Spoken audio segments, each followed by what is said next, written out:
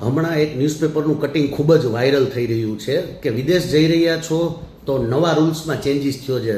જો તમે નહીં જાણો તો એરપોર્ટ ઉપરથી તમને પાછા મોકલશે. તો આવો આનું તથ્ય જાણીએ. 1 એપ્રિલ 2026થી ભારત સરકારે એક નવી રિક્વાયરમેન્ટ ઇન્ટ્રોડ્યુસ કરી છે, ફોર્મ 157. પણ આ દરેક લોકો માટે નથી. જો તમારી પાસે પાન કાર્ડ નથી, જો તમે ઇન્ડિયામાં ટેક્સેબલ ઇન્કમ નથી ધરાવતા, માત્ર ને માત્ર એવા જ લોકોને આ ફોર્મ જે છે એ લાગુ પડે છે.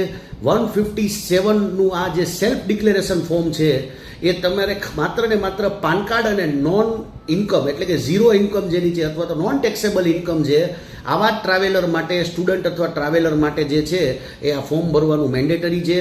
અને આ 157 નંબરનું ફોર્મ જે છે એ ગવર્મેન્ટ માત્ર ને માત્ર વધુ ટ્રાન્સપરન્સી મેન્ટેન થાય એવા હિતાર્થે આ ફોર્મને ઇન્ટ્રોડ્યુસ કરવામાં આવેલું છે, જેની કોઈ ઓનલાઈન પ્રોસેસ નથી. માત્ર ને માત્ર ઓફલાઈન દ્વારા આ ફોર્મ જે છે એ ભરવામાં આવે છે. જો તમારી પાસે પાન કાર્ડ ન હોય તો તમે પાન કાર્ડ કઢાવી અને આનું સોલ્યુશન પરમનન્ટલી કરી શકો છો.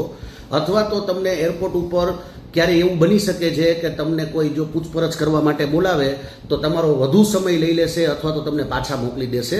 જેથી કરીને જેની પાસે પાન કાર્ડ નથી અને જેનું ટેક્સ પેયર નથી જે ઇન્ડિયાના, આ લોકો માટે આ ફોર્મ 157 ભરવું મેન્ડેટરી છે.